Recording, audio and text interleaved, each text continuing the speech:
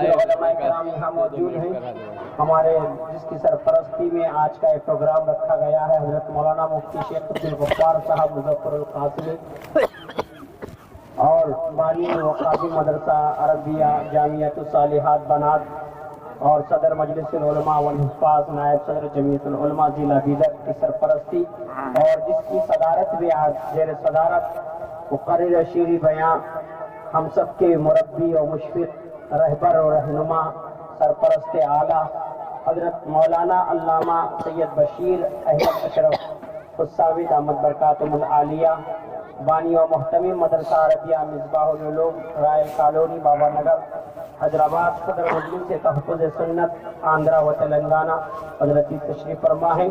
اسی طرح جو پونا سے تشریف لانے والے حضرت مولانا مفتی محمد افروز القاسمی دامت برکاتہم العالیہ، اللہ تعالیٰ نے آپ کو بے پناہ صلاحیتوں سے اللہ نے آپ کو مالا مال فرمایا ہے۔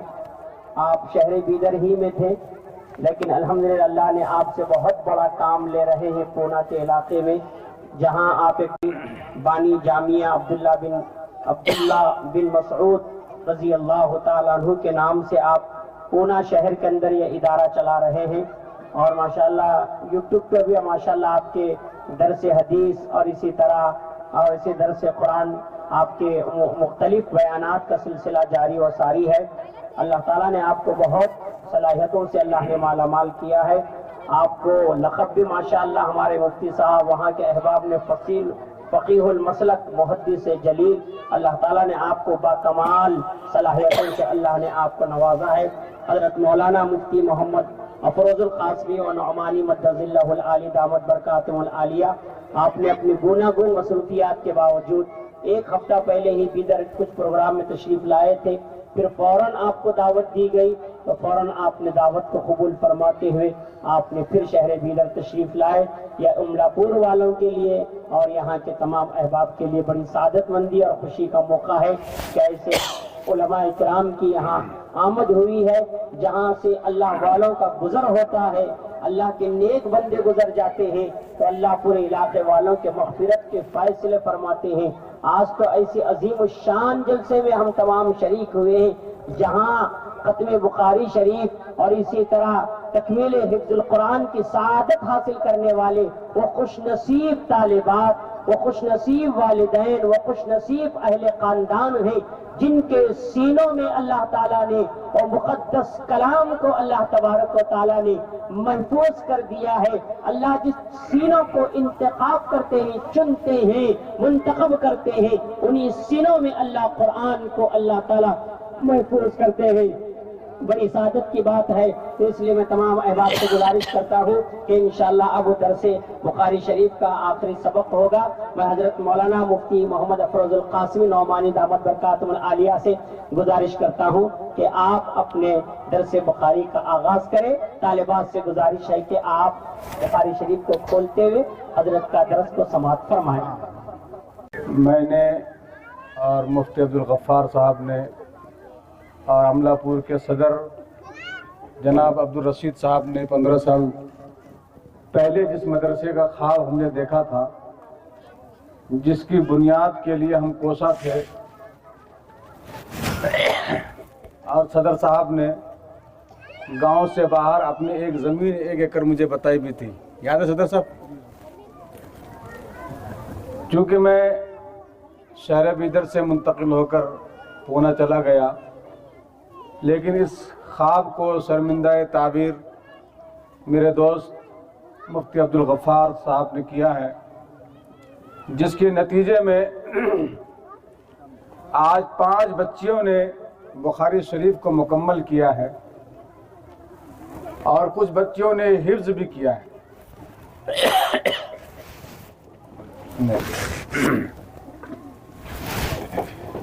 یہ بہت ہی مسرت کی بات ہے۔ اللہ تعالیٰ جن کو چن لیتا ہے انہی سے دین کا کام بھی لیتا ہے، ہر کسی سے اللہ تعالیٰ دین کا کام نہیں لیتا ہے، چونکہ باتیں بہت ساری ہیں، اگر ان باتوں کو کیا جائے تو رات ہو جائے گی، اور میرے بازو میں میرے بزرگ دوست حید مولانا بشیر الدین صاحب وسامی تشریف فرما ہیں، اس لیے میں اپنی بات کو مختصر کروں گا۔ میں نے بیدر کو ہمیشہ اپنا وطن سمجھا ہے۔ آج بھی جب میں بیدر آتا ہوں تو مجھے یہ نہیں لگتا ہے کہ میں کہیں اجنبی جگہ پہ آیا ہوں، مجھے ایسا لگتا ہے میں اپنے گاؤں میں آ گیا۔